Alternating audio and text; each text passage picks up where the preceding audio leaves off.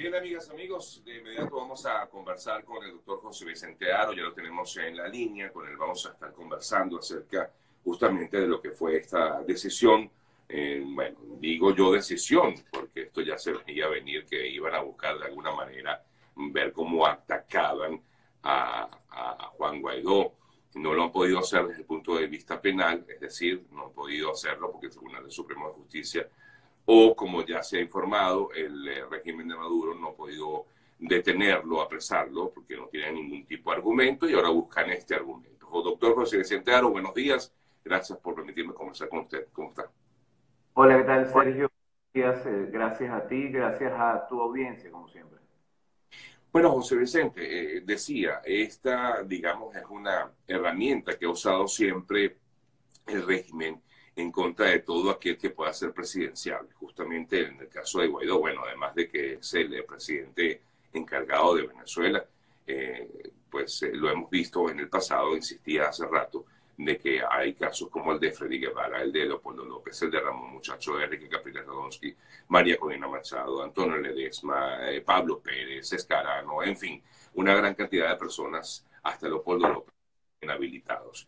¿Qué busca el régimen con esta decisión, sabiendo que al final pues, no iba a ser acatada como efectivamente lo vimos ayer con la respuesta que dio de inmediato Juan Guaidó?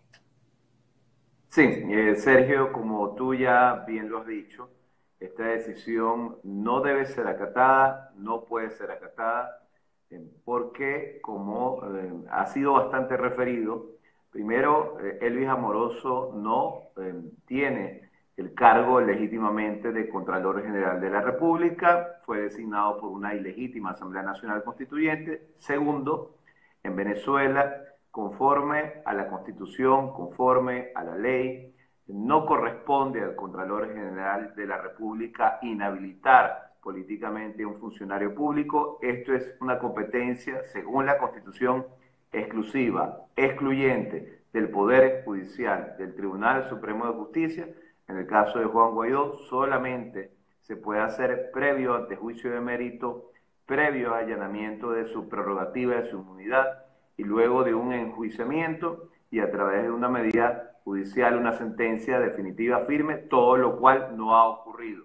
Finalmente, una acotación, ya la Corte Interamericana de Derechos Humanos, en noviembre del año 2011, en el caso de la inhabilitación en su momento de Leopoldo López, declaró que estas inhabilitaciones hechas por Contralores Generales de la República, en aquel tiempo fue una inhabilitación de Clodovaro Rouzián, son inhabilitaciones contrarias a la Convención Americana de Derechos Humanos, por lo tanto violatorias de los derechos al sufragio, el derecho a elegir y ser elegido, y consideró que este tipo de medidas eran absolutamente ineficaces, absolutamente carentes de valor jurídico. Entonces, siempre quiero traer a colación este último elemento porque ya sobre esto hay precedente en el sistema interamericano de protección de los derechos humanos y siempre hay que estar al pendiente de algún pronunciamiento de la Comisión Interamericana de Derechos Humanos al respecto. Ya dejando a un lado pues estas consideraciones jurídicas, vamos a decirlo así, constitucionales, desde el punto de vista político, yo creo que siempre hemos visto una estrategia en el régimen cuando inhabilita a una persona que se ha marcado en las encuestas como un líder y que potencialmente y ya pues en cualquier escenario electoral es alguien que sería la pauta para los ciudadanos, el referente para los ciudadanos. Aquí en este momento en Venezuela, Juan Guaidó no solamente es presidente del Parlamento, diputado, sino también presidente encargado de la República, porque así lo señala la Constitución, porque así lo dice la Constitución, artículo 233. Pero más allá de eso, sabemos que dentro de la ruta que ha sido establecida por Juan Guaidó, hay un punto final, que son elecciones. Y también sabemos que, por ejemplo, el grupo de contacto de la Unión Europea está trabajando ese tema, el tema de las elecciones. Eso fue debate también ayer De hecho. en el contexto internacional. Uh -huh. Así es. Entonces, en ese marco, y sabemos que siempre el régimen utiliza las elecciones y su forma de hacer elecciones fraudulentas y no elecciones libres, que no son elecciones auténticas, que son unas elecciones muchas veces amañadas con un CNE controlado. El régimen siempre utiliza esta carta de las elecciones para tratar de apaciguar, para tratar de controlar una situación política o para tratar de maniobrar. Yo creo que aquí el régimen está ya anunciando una carta que podría jugar en el futuro, más temprano que tarde, que es la de las elecciones, a lo mejor a través de el ofrecimiento del grupo de contacto, a través de un ofrecimiento de negociación, de mediación, pero elecciones donde ya está marcando también una referencia. Dice el régimen aquí, o habla el régimen, dice, yo quiero elecciones, y esta es la lectura política que habría que darle, pero sin Juan Guaidó. Claro, claro. Porque a ellos no les conviene Juan Guaidó por lo alto que está en las encuestas y por la gran popularidad y el respaldo que tiene de los venezolanos. O sea que lo que está previendo el régimen es justamente, él ya ve de alguna manera que pudieran efectivamente en la salida que se plantearía son unas elecciones, y claro que voy a elecciones pero sin la presencia de Guaidó. Ahora, en el pasado ocurrió lo mismo, porque vimos, por ejemplo, que un Capriles Radonsky no pudo nuevamente presentarse, Leopoldo López no pudo presentarse como candidato, en la misma María Corina Machado no pudo presentarse ni siquiera como candidata a diputada. En síntesis, hemos visto que ocurrió en el pasado, pero en el pasado estas inhabilitaciones fueron acatadas. Ahora no deben ser acatadas porque este es un gobierno o un régimen usurpador, como lo ha planteado Juan Guaidó. ¿Correcto, doctor Aro?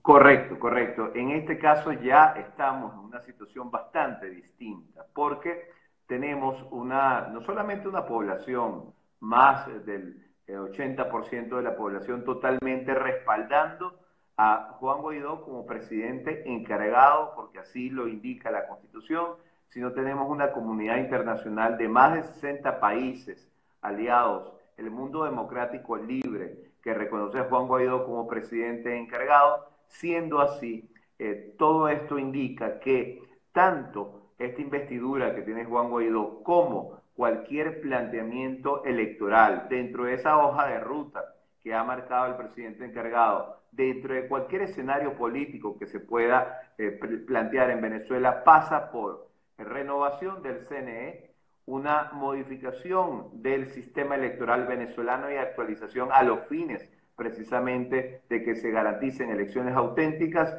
y un levantamiento absoluto de estas medidas de inhabilitaciones para todos los casos, todos los políticos de la oposición, toda la disidencia política.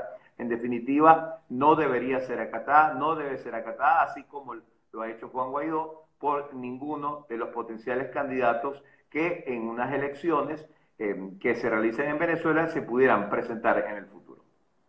Doctor José Vicente Abro, ahora, de todas formas, la Contraloría de Venezuela, del régimen de Maduro, va a enviar alguna notificación, me imagino, disculpe, al CNE para decirle, hey, Juan Guaidó no puede ser candidato.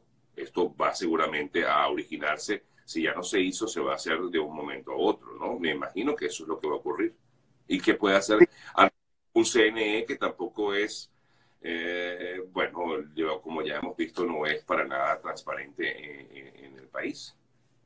Sí, sí, el CNE acostumbra en estos casos a enviar lo que llaman un famoso código 8 Ok. a un oficio donde se solicita se le levante el código 8 en la data electoral de la persona que pretenden inhabilitar, sería Juan Guaidó, para que si él quiere inscribirse en alguna elección para el presidente de la República, por ejemplo, o quieren inscribirse en alguna elección, recordemos que el año que viene hay elecciones parlamentarias para la Asamblea Nacional, él pueda verse impedido, él se vea impedido de inscribir su candidatura. Esto es lo que de facto, al margen de la Constitución, ocurre, y debemos recordar una vez más que el CNE es ilegítimo en este caso porque sus 5 rectores, los 5 rectores, fueron designados por una autoridad que no es la que corresponde designar al CNE en Venezuela constitucionalmente,